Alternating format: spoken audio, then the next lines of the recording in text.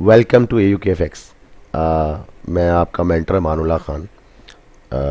AUKFX की जानिब से हम लोगों ने एक नया प्रोग्राम लॉन्च किया है और इस चीज़ की ज़रूरत समझी कि जिस तरह ग्रुप में लड़के आ रहे हैं, ट्रेडर्स आ रहे हैं मुख्तलिफ और मुख्तलिफ उनके सवालात होते हैं, तो काफ़ी कॉन्सेप्ट्स क्लियर नहीं है, जिसकी वजह से ये एक लाइट सा बेबी ट्रेडिंग कोर्स स्टार्ट किया है। इसमें सिर्फ और सिर्फ आपको जो बेसिक चीज़ें होंगी वो प्रोवाइड किया जाएंगी, यानी कि इसका लेसन 1 है और आज लेसन 1 में हम बिस्मिल्लाहिर्रहमानिर्रहीम शुरू करते हैं। और इसमें हम यहाँ से स्टार्ट लेंगे कि अगर मैं कोई भी काम करता हूँ, प्रोफेसर हूँ, इंजीनियर हूँ, डॉक्टर हूँ, वट एवर मेरा काम है, लेकिन अगर मैं ट्रेडिंग से थोड़ा अट्रैक्ट होता हूँ, जैसा अब आजकल तो आप फेसबुक खोलें, यूट्यूब, आप कुछ भी खोलेंगे तो आपको जगह जगह ब्रोकर ब्रोकर ब्रोकर नज़र आ रहा होगा। तो बंदे में अट्रैक्शन आती है कि ज़ाहिर है हर इंसान पैसा कमाना चाहता है। तो इस चीज़ के बारे में नॉलेज और बेहतरीन करके जो नॉलेज हो गैदर करके, क्योंकि सारी रिसर्च है और जो भी रिसर्च है वो एक जगह एक प्लेटफॉर्म पे जमा करके फिर हम उसको प्रोड्यूस कर रहे हैं।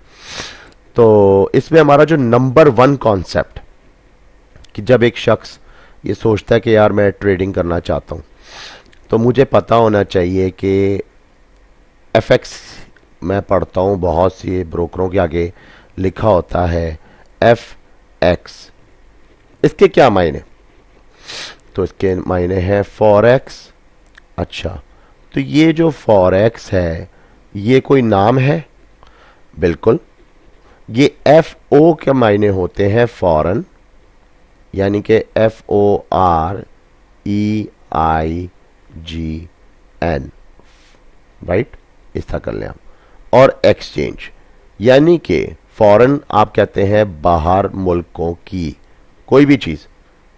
फॉरनर होता है तो बाहर मुल्क से, या ये चीज़ फॉरेन से आई है ना।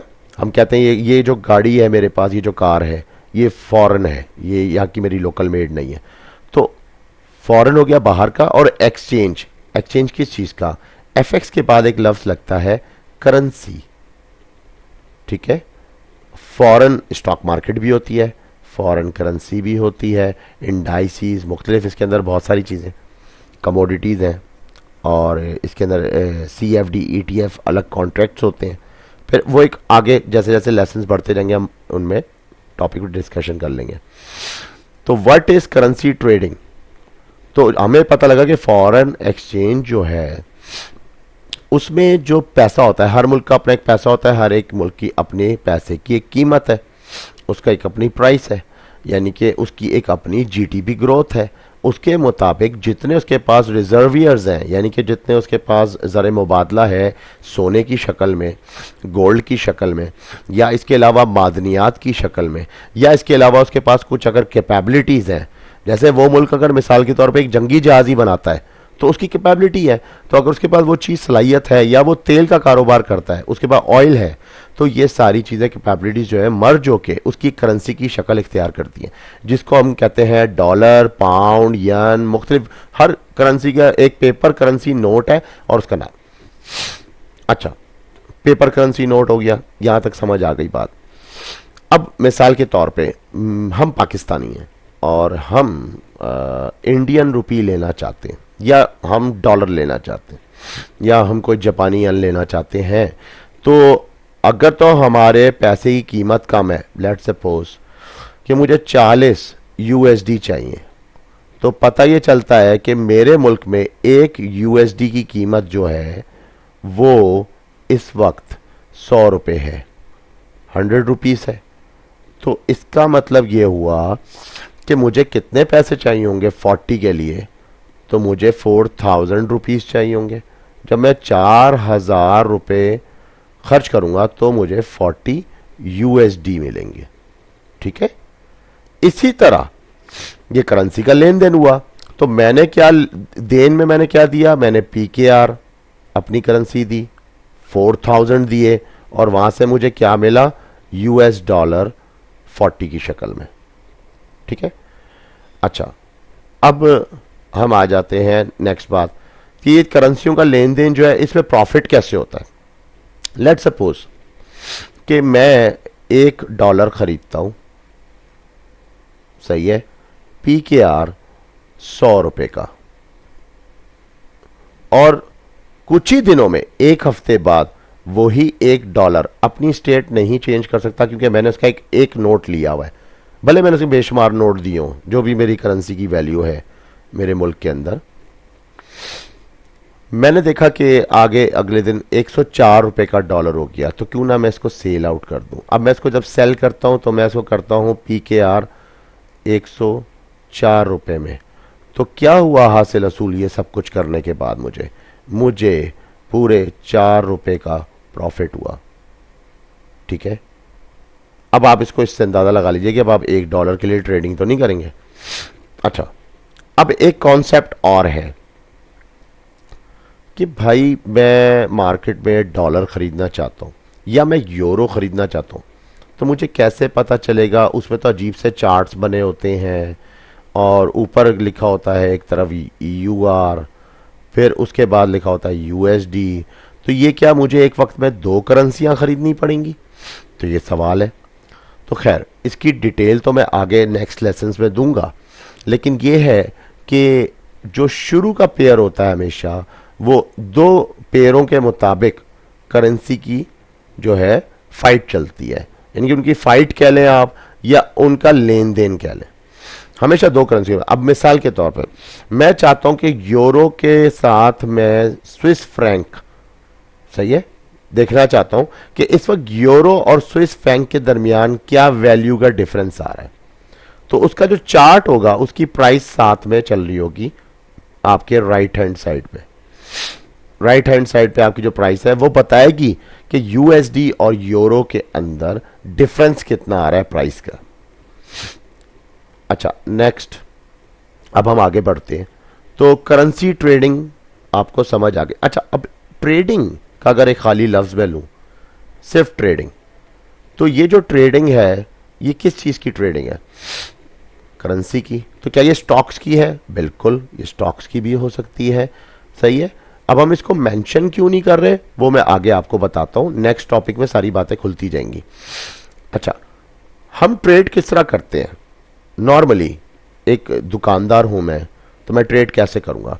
मैं जाऊंगा चाइना, ठीक है, मैं गया चाइना और चाइना से मैंने पेन खरीद लिए, ठीक है, पेन लिए मैंने तकरीबन 100। अच्छा, मेरे मुल्क में एक पेन की कीमत है ₹10। ₹10 का मेरे मुल्क में एक पेन है, 1 पेन, ठीक है, इन PK। जब मैं चाइना जाता हूं तो मुझे वहां पे डॉलर यूज करना पड़ता है, USD, और USD की प्राइस में जब मैं 100 पेन खरीदता हूं तो PK की प्राइस में मुझे कन्वर्ट करके एक पेन ₹2 का पड़ता है। तो वो मैं खरीदता हूं और ला के फिर पाकिस्तान में कंपटीशन के अंदर 10 का नहीं 9 का या 9.5 का बेचता हूं।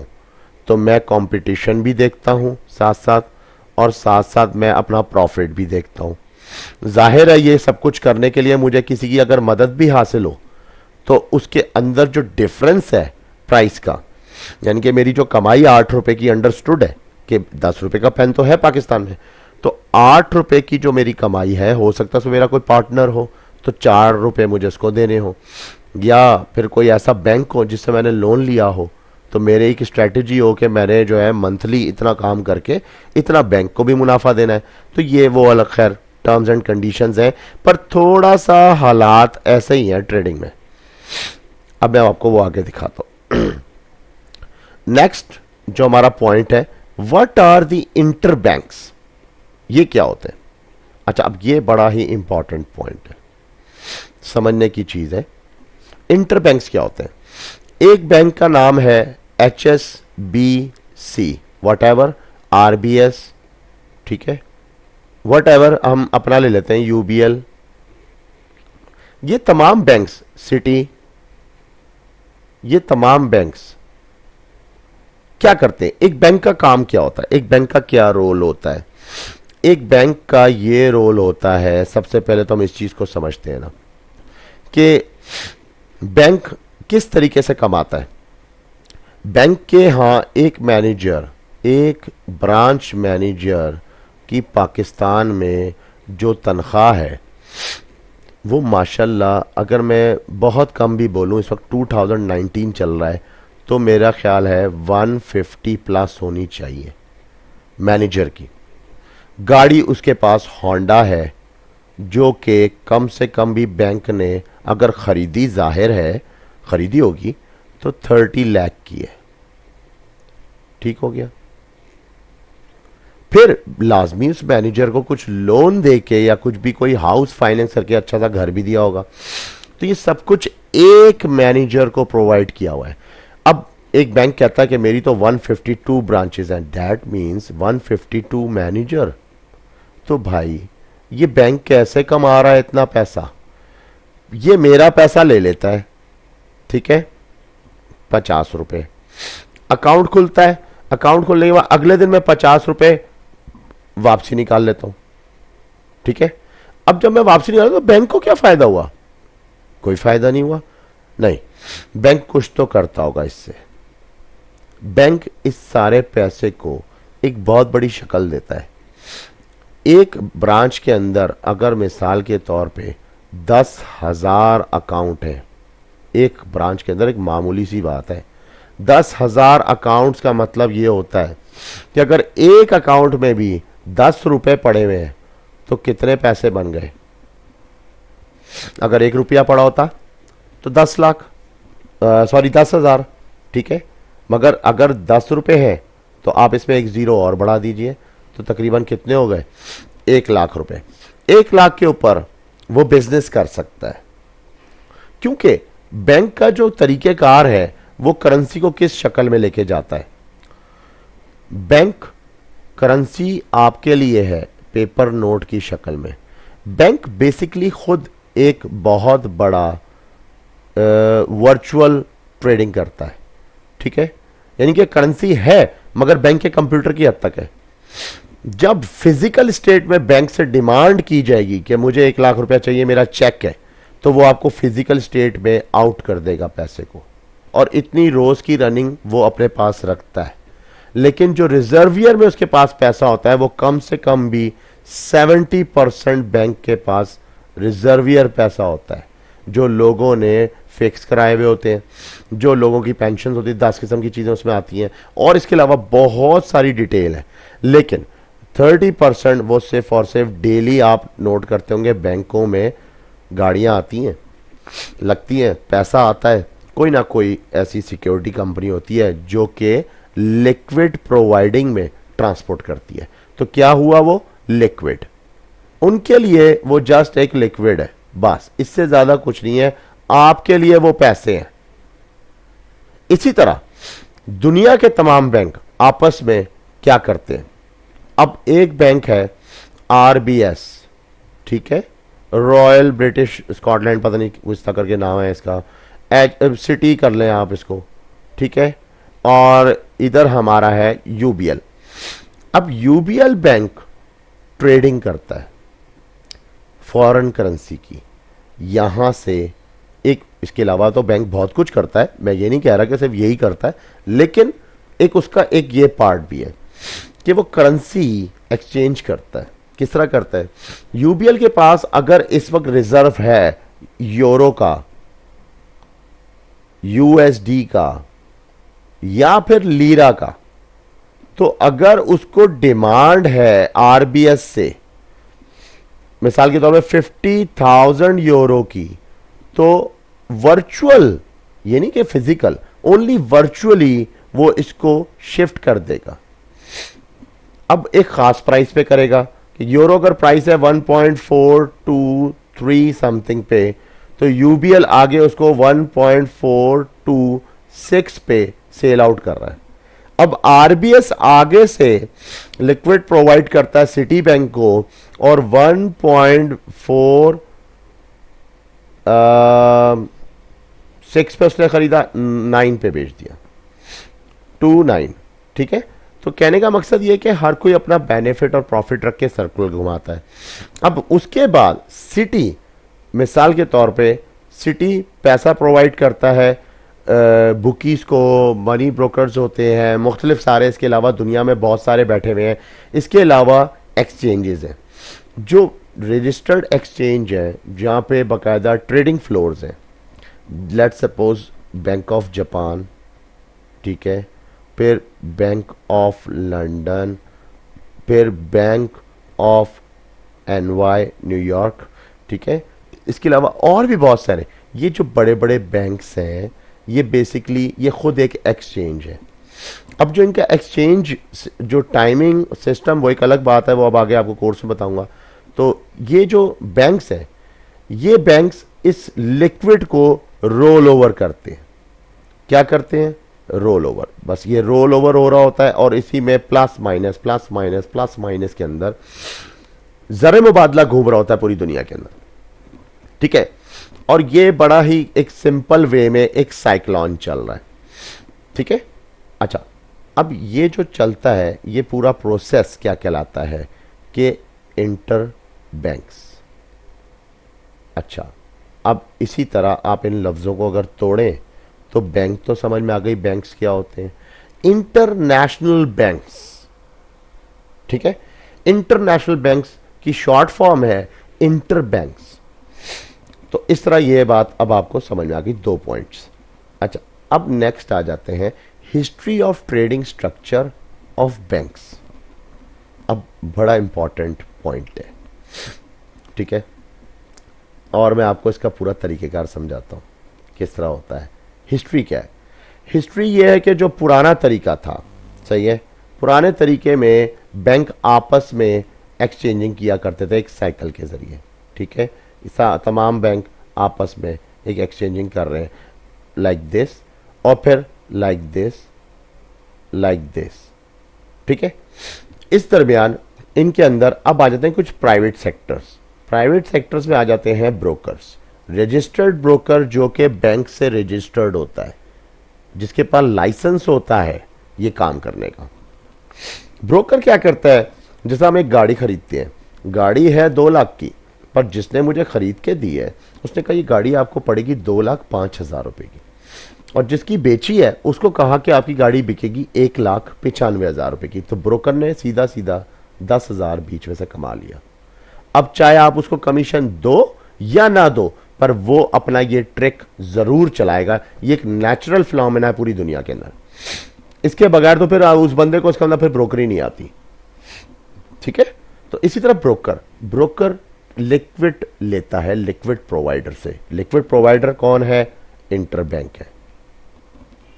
ये क्या करता है? लिक्विड प्रोवाइड करता है। अब पूरी दुनिया में अगर इस वक्त मैं देखूं कि एक यूरो यूएसडी का जो चार्ट है उसके अंदर फ्लो ऑफ लिक्विड कितना है, तो हम जब पढ़ते हैं तो हमें पता चलता है कि 3.7 लास्ट 2017 में था। 3.7 का फिगर क्या है? ये 3.7 ट्रिलियन डॉलर्स के अंदर उसकी प्राइस है, ठीक है। तो इस अब तो खैर ज़्यादा हो गई होगी, बढ़ गई होगी, या कम भी हो सकती है। तो ये इसका प्रोसीजर था। वक्त गुजरा, यही स्ट्रक्चर थोड़ा सा और चेंज हुआ। किस तरह चेंज हुआ कि जैसे जैसे टेक्नोलॉजी आना शुरू हुई तो ब्रोकर जो था वो टेक्नोलॉजी से उसको कुछ फ़ायदे होना शुरू हुए। एक तो पहला फ़ायदा कि वो स्मार्ट हो गया, ठीक है, मज़ीद स्मार्ट हो गया। दूसरा फ़ायदा कि उसका काम क्विक हो गया, ठीक है। तीसरा फ़ायदा कि उसका जो काम अगर वो दिन में 50 मकसद नोटों का काम करता था, वो 200 नोट का काम करने लग गया, उसका काम बढ़ गया। तो क्या हुआ कि उससे ब्रोकरों का फ़ायदा हुआ। अब ब्रोकरों में एक एसोसिएशन बनी, ठीक है, आपस में एक कमेटी कह लें इनकी बनी, और ये एसोसिएशन पहुंच गई 1998 में। ये एसोसिएशन 1998 में सीधा पहुंची वॉल स्ट्रीट, सीधा पहुंची मुख्तलिफ जो बैंक थे, bank of Sydney, bank of London, bank of Japan, और इन्होंने एक फ़ैसला लिया कि आप हमें लिक्विड प्रोवाइड करें थ्रू अब टेलीफोन लाइंस के ज़रिए। सॉरी टेलीफोन लाइन्स तो उससे पहले भी थी, आप हमें ऑनलाइन इसको यानी कि इंटरनेट के जरिए, अब उस जमाने में इंटरनेट महंगा था, तो उस ज़माने में इतना ज़्यादा लोगों का रुझान भी नहीं था, लोगों का रुझान लोकल पे था। लोकल पे इस तरह से था कि इंटर बैंक्स की जगह अब लोकल बैंक्स में अगर आप आ जाएं, जो लोकल बैंक्स होते तो उसमें लोकल शेयर्स होते थे, और शेयर्स आज भी हैं। अब मिसाल के तौर पे एक ग्रुप है, कंपनी है लीवरपूल, अब लीवर ब्रदर्स जो है, लीवर ब्रदर वाले बहुत सारी प्रोडक्ट्स बनाते हैं। लीवर ब्रदर पाकिस्तान जो है उसके आपने शेयर्स ले लिए और शेयर्स खरीदे, लीवर ब्रदर की सेल ज़्यादा अच्छी हुई, शेयर के पैसे और मजीद बढ़ गए, आपने शेयर बेच दिए। तो शेयर का कारोबार था। फिर स्टॉक्स का कारोबार शुरू हुआ। स्टॉक मार्केट में भी आप लोग जाके देखेंगे तो एक ट्रेडिंग फ्लोर होता है, वहाँ पे जाके देखते हैं तो प्राइस होती है चावल की, तेल की, चीनी की, आटे की, इन सब की प्राइसेस के आगे स्टॉक्स होते हैं। अब रिजर्व, ये जिस बंदे के पास जितना पैसा होता है वो रिजर्व करता है, तो वो मार्केट को just for the time being hold करता है। होल्ड करने के बाद अगर मार्केट बढ़ जाती है तो वो सेल कर देता है। तो यानी कि ये जो मार्केट्स हैं ये किस तरह काम करती हैं, ये दो सूरतों में करती हैं। सप्लाई, यानी कि आपने सप्लाई दे दी, आपने पैसा दे दिया उनको, सही है, और आपने चीज स्टॉक कर ली। एंड डिमांड, जब डिमांड हुई तो आपने बेच दी। और कारोबार में भी अगर आप देखें, आप कोई भी कारोबार करते हैं तो आप यही करते होंगे कि यार मैं जा रहा हूं, मेरी दुकान पे डेली 10-15 बाइक्स आती हैं और हर बाइक वाला कहता है यार ऊपर का कवर दे दो, तो मैं क्यों ना 50 कवर खरीद के ले आता हूं मार्केट से, तो मैं अगर 20 रुपए रख के भी ऊपर बेचूं तो मेरा प्रॉफिट है। तो इसको कहते हैं दुकानदारी, यानी कि सप्लाई एंड डिमांड। ठीक यही चीज ट्रेडिंग के अंदर भी आपको मिलेगी, यही चीज। अब ये तो आ गया ट्रेडिंग स्ट्रक्चर ऑफ बैंक्स कि ट्रेडिंग स्ट्रक्चर क्या है। अब रोल ऑफ द ब्रोकर क्या होता है।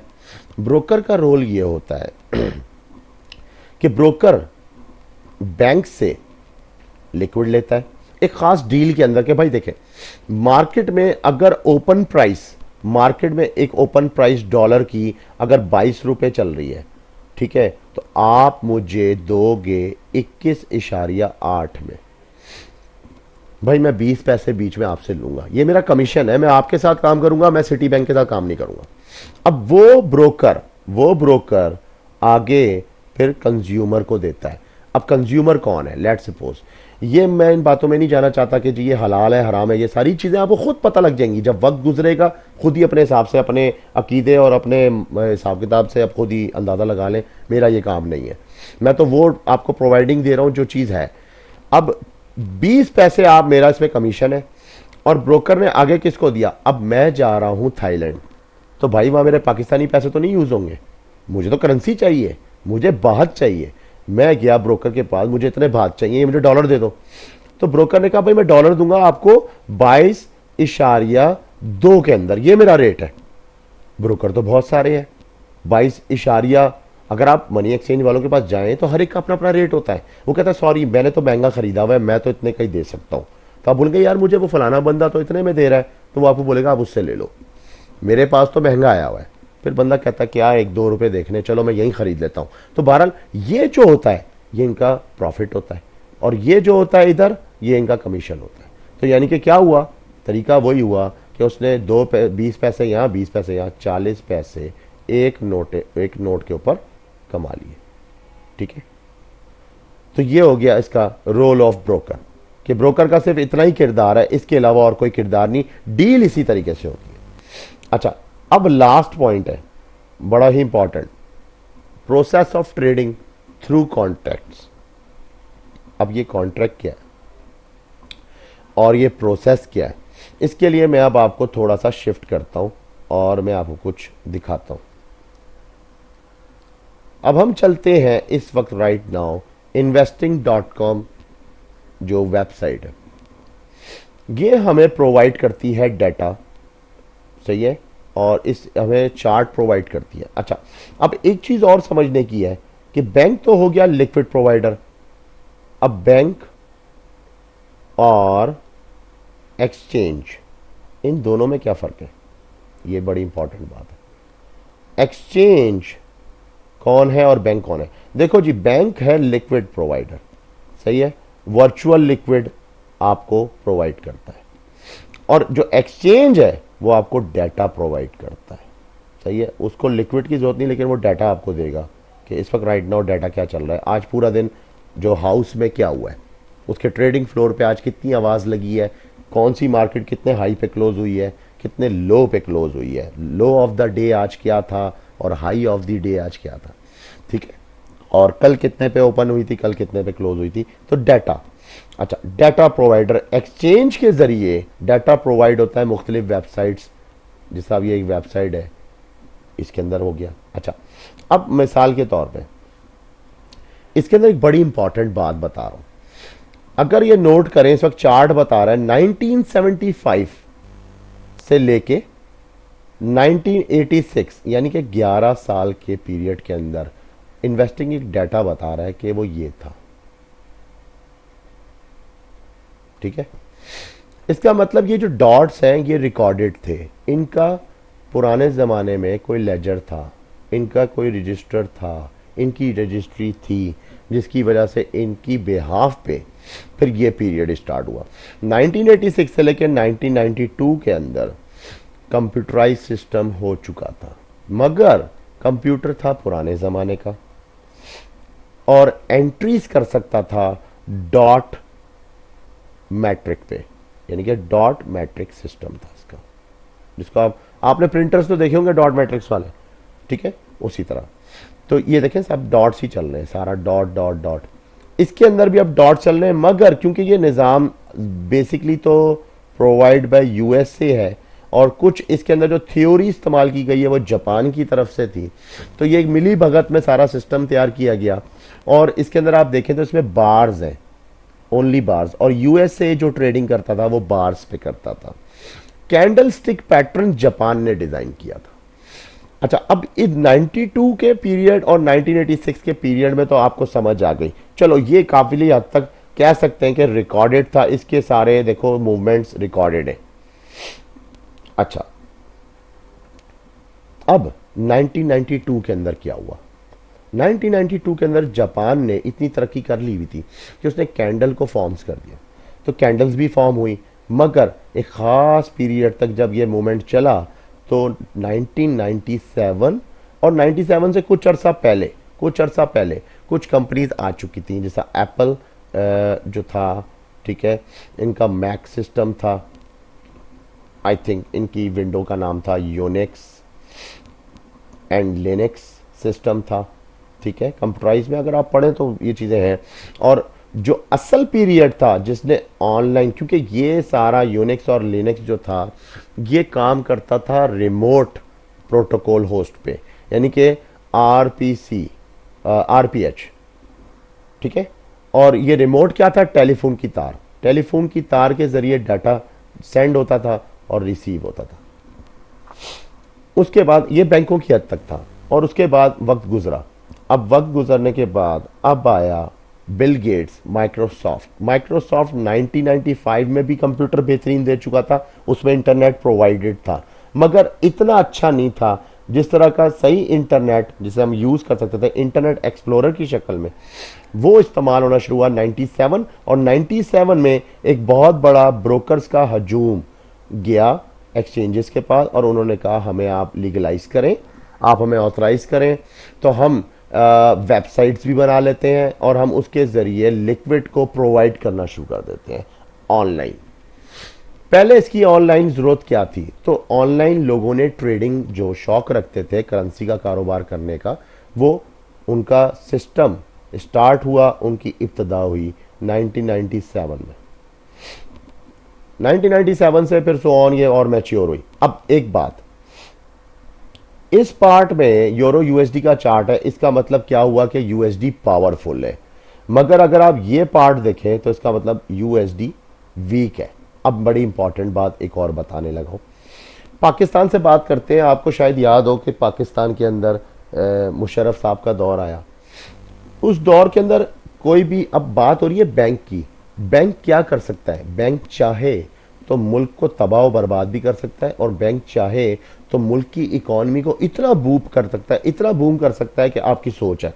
ये बैंक की अपनी कोई बैंकिंग स्ट्रेटजीज होती हैं, क्योंकि बैंक टोटली काम वर्चुअलिटी पे कर रहा होता है, और बैंक अगर चाहे तो प्राइस की रिगिंग कर सकता है। उसके पास ये कैपेबिलिटी होती है कि अगर नहीं भी है पैसा तो आवाज दे दिया मार्केट में, और उतने ही दरमियान में उसने कारोबार करके साबित भी कर दिया। तो है तो नहीं फिजिकल पैसा, अगर कोई बोले लाओ मुझे पैसा दे दो अभी निकाल दो अभी कैश आउट करो, तो नहीं होगा। तो इसी तरह अगर हम नोट करें, मैं आपको सिर्फ एग्जांपल दे रहा हूँ, मेरा कोई किसी हुकूमत से या कोई ऐसी बात नहीं करना चाह रहा, अल्लाह माफ़ी दे, जो भी है वो सब अपनी जगह खुश रहे। मुशर्रफ साहब का जब दौर आया 2000 का दौर के अंदर अगर नोट करें तो यूरो ने बहुत शूटअप की। इसका मतलब ये हुआ कि आपका जो क्या कहते हैं पाकिस्तानी करेंसी थी वो डॉलर के मुकाबले में तो फिर बढ़नी चाहिए, क्योंकि डॉलर गिर रहा था, डे बाय डे गिर रहा था। मगर आपको याद होगा 60 पे डॉलर को रोका हुआ था किसने? बैंक्स ने। किस तरह रोका? आपके पास बैंक ही कौन सा था? स्टेट बैंक तो आप छोड़ ही दो, वो तो बेचारा इनके ऊपर काम करता है, जब वो जो डाटा आता है उतना वो नोट छाप सकता है, इससे ज़्यादा तो स्टेट बैंक कुछ नहीं कर सकता। स्टेट के नीचे जो आ रहे हैं वो आ रहे हैं यूबीएल, अलाइड, ये आपको शायद याद हो तो पाकिस्तान के ये बड़े मशहूर बैंक हुआ करते थे, अभी भी हैं, national bank of Pakistan, NBP. तो इन बैंकों के ये जो बैंक्स थे इसके अंदर एक चेंज आया। चेंज क्या आया? जैसे ही मुशर्रफ साहब का दौर आया तो ये जो बैंक थे पुराने खानदानी बैंक, अब आ गए नए। यूबीएल हो गया प्राइवेटाइज, आरबीएस, आरबीएस से पहले आया था एबीएन एमरो, एबीएन एमरो, और इधर यूनियन बैंक, यूनियन कन्वर्ट हुआ एनबीपी, एनबीपी से कन्वर्ट हुआ, बीच में एनडीएलसी आया, बहुत कुछ आया। इतने मुशर्रफ साहब के दौर के अंदर इतने सारे बैंक आए, इतने सारे बैंक आए कि क्या हुआ? प्रोडक्ट्स बिकना शुरू हो गई कंज्यूमर तक। कौन सी वाली प्रोडक्ट्स? पीछे से प्रोडक्ट जो खरीदी जा रही है या बेची जा रही है वो लिक्विड है, वर्चुअल, ठीक है। उस वर्चुअल लिक्विड के ऊपर प्रोसेस कर रहा है स्टेट बैंक फिजिकल हालत में करेंसी नोट देके, और आप लीज, अब एक बंदा 25,000 की सैलरी है, ठीक है, और 8,000 की किस्त भर के घर में उसने ऑल्टो गाड़ी रखी हुई है, ऐसा ही था। और ये सब कुछ आसान हो गया और घर भी लोगों ने खरीदना शुरू कर दिए, फाइनेंस आ गया मार्केट के अंदर। ये जो वर्चुअल फाइनेंस था इसने क्या किया? मार्केट की ग्रोथ दिखाई। अब वो मार्केट की स्टेबल ग्रोथ नहीं थी, असल में वो थी तो वर्चुअलिटी में। वो अगर होती स्टेट बैंक के थ्रू तो फिर तो आपके सोने के ऊपर जो भी आपके मादनियात थे और जो आपकी कैपेबिलिटीज थी, जो आपकी ज़राअत थी, जो आपकी जो टेक्सटाइल थी, ये सारी चीज़ें इन पे डिपेंड करती है। मगर ये जब वर्चुअल हुआ तो क्या हुआ कि डॉलर जो था वो 60 पे रुका रहा, और इसका जो भी तमगे थे जिन्होंने भी लेने थे उन्होंने ले लिए। खैर बहरहाल अब हम आगे बढ़ते हैं, यहाँ से आपको कुछ क्लियर होता जा रहा है माइंडसेट कि ये किस तरह से था। तो ये पीरियड देख लें आप, ये नज़र आ रहा है यूरो ने बुरी तरह से डॉलर को बीट किया तभी ऊपर गया है ना। तो डॉलर की इस वक्त कीमत क्या होनी चाहिए जब यूरो इतनी ऊपर है? अंदाज़ा लगाना चाहिए।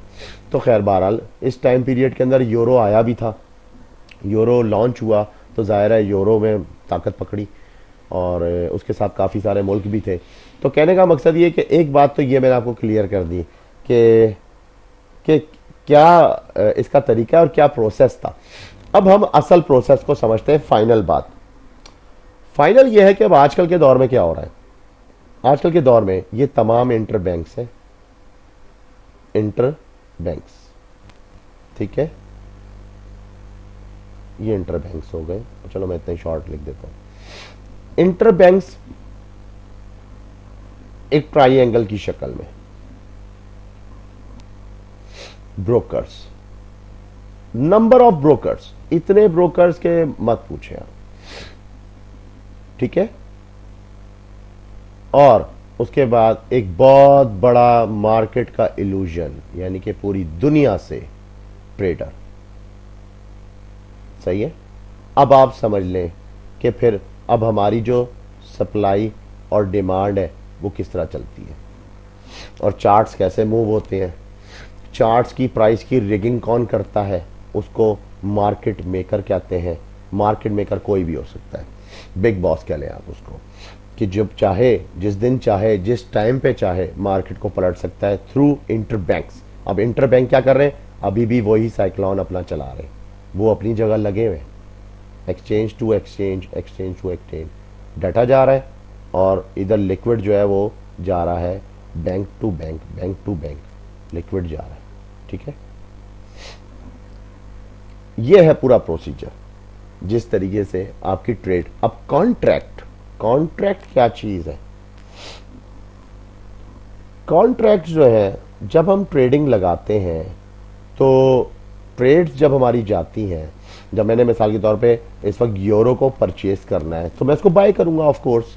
जब मैं इसको बाय करूंगा अपने प्लेटफॉर्म से, या मैं भले फिजिकली जाके बैंक से खरीद लेता हूं, बाय कर लेता हूं, तो मैं ट्रेडर हूं, मैंने किया बाय, ब्रोकर ने कहां से लिया हुआ था? लिक्विड, सही है। तो ब्रोकर मुझे क्या देगा? मुझे डील देगा। डील किस सूरत में देगा? कमीशन की सूरत में। और ऑनलाइन ट्रेडिंग के अंदर उसी कमीशन को एक कमीशन भी कहते हैं, लेकिन अगर आप वो कमीशन उसके बोलने से नहीं दे रहे तो इनडायरेक्टली वो स्प्रेड्स कहलाते हैं, जो मैंने आपको दूसरा तरीका समझाया था। यानी कि मैंने ब्रोकर हूं ना, मैंने अभी कमीशन तो लिया ही नहीं है, मैं तो सिर्फ ये कह रहा हूं कि 2 लाख की गाड़ी आपको जी 195 की आपको प्राइस मिलेगी, और जिसको बेची है उसको मैंने कहा जी आपको 2,05,000 की पड़ेगी, और 10,000 मैंने कमा लिया। उसे कहते हैं स्प्रेड्स। बड़ा ही सिंपल और आसान तरीके से इस लेसन 1 को अब मैंने ख़त्म कर दिया है, और इंशाल्लाह नेक्स्ट लेसन में अब हम आपसे मज़ीद डिटेल में बात करते हैं और फिर आगे बढ़ते हैं इसी प्रोसेस को लेके। लेसन 2 के अंदर मज़ीद सारी बातें आपके सामने आएंगी इंशाल्लाह। Thank you so much.